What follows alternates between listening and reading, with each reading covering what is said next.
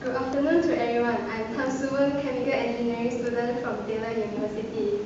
Today I'm going to present about the responsibility of professional engineers. And before I start off the topic, I would like to show a few examples of the failures in engineering design. The first one is the collapsing of Tacoma Bridge. This is due to the insufficient knowledge of the engineers. They do not understand well the forces and thrust that acts on the bridge. Therefore, it causes the cable to snap when the strong wind blows, as it cannot support the weight of the bridge. The next one is the gas tank explosion in East Ohio.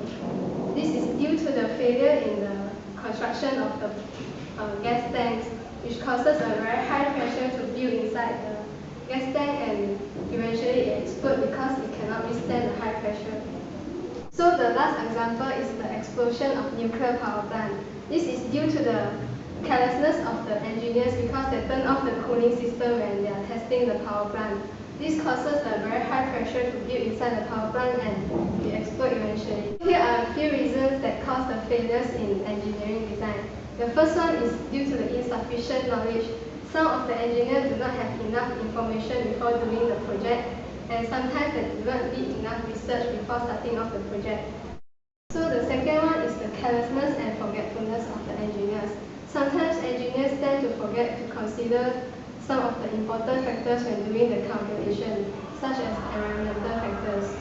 And the next one is errors during the calculation or errors when they are doing the project, and sometimes they tend to hide the errors or the incorrect data from the report. And the last one, which is the most important one, is most of the engineers does not understand the responsibilities of a professional engineer. So in order to prevent all the disaster from occurring again, engineers must always be committed to the society and environment. So here are a few examples of the responsibility of engineers. So the first one is social responsibility. As a professional engineer, we should always consider the consequences of our design and project on the health and safety of the public. And they should also analyze the consequences of the project to reduce the negative impact on the health and safety. So the next one is cultural responsibility. As we all know, the culture in this world is changing from time to time, and the culture in different places are different. So to ensure that the design is culturally accepted by the society, engineers should be able to design something which is in par with the culture.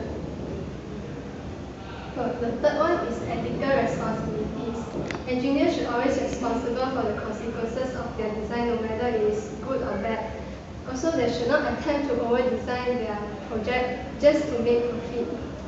And they must always be truthful in their professional report, and they should not hide any errors from the report. So the fourth one is the environmental responsibilities. As a professional engineer, we must be able to minimize the negative impacts on the environment.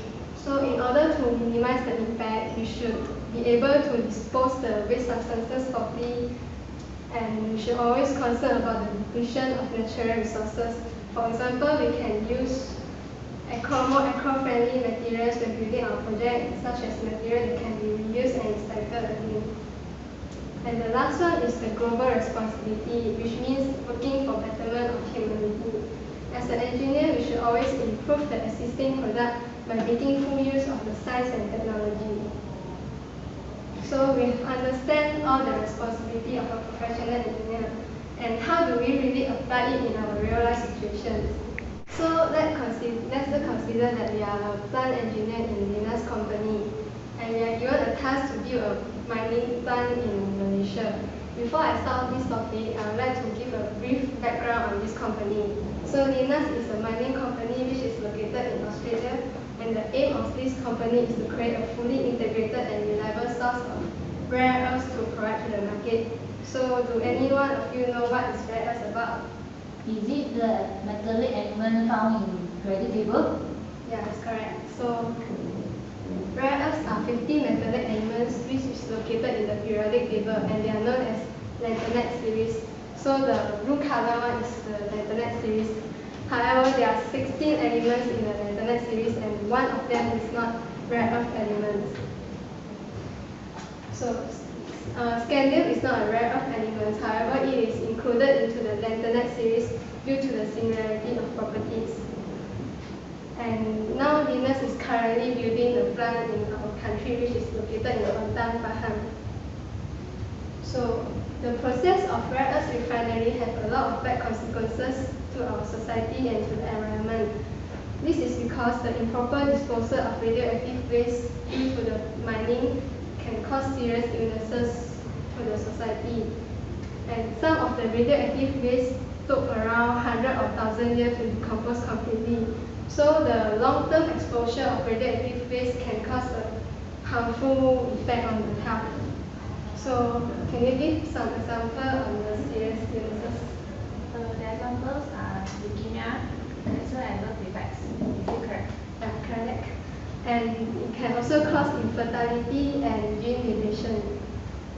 Also, it can cause severe water pollution from the earth mining. Do you want to know why it can cause the water pollution? Because you wash the mineral and all the dirty water will flow into the river. Yeah, it's quite correct. Correct. This is because when they are processing the rare earth materials, a lot of water and acid is used to wash the materials. And when all these waters and acid leak into the rivers or lake, it can pollute the water. And it can cause habitat modification due to deforestation and water pollution. Okay. For social responsibilities, professional engineers should try to minimize the disposal of radioactive waste to the environment. This can be done by proper disposal of radioactive waste. For example, we put in the radioactive waste inside the lead box before burying it into the underground.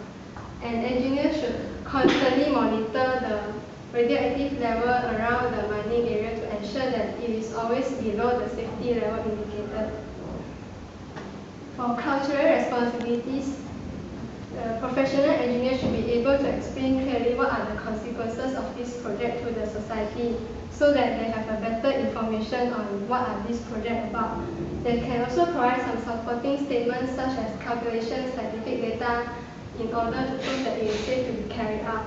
And the engineer can also state the mission and vision of the project and the company so that the public is more confident with the operation of the company and they can accept this project.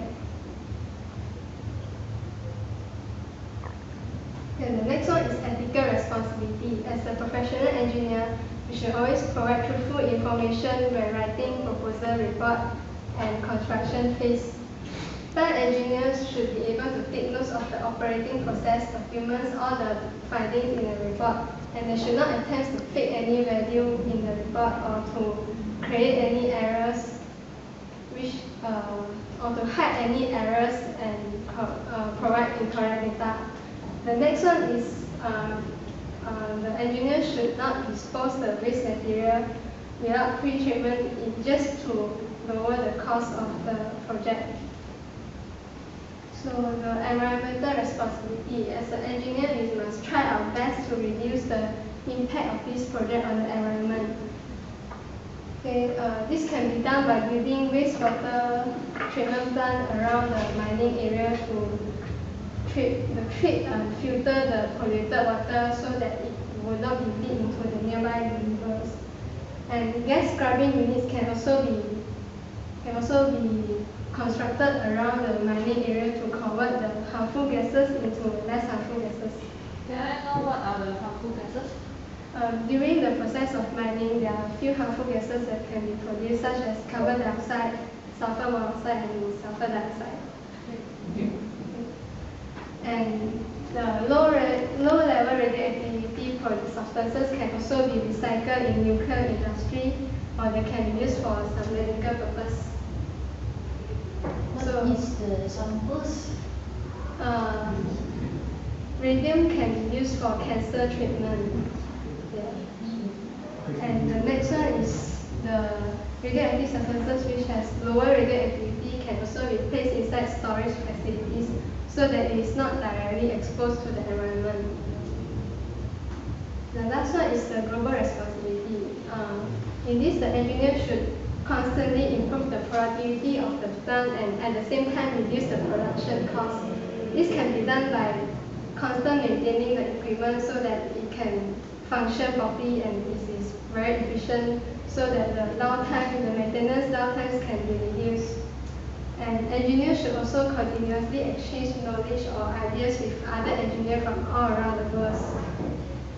So the conclusion is that failure in engineering design is due to the irresponsible acts of the engineer. Therefore, as a professional engineer, we should always be responsible for the consequences of our project and we should make full use of science and technology to improve the existing product. So thank you.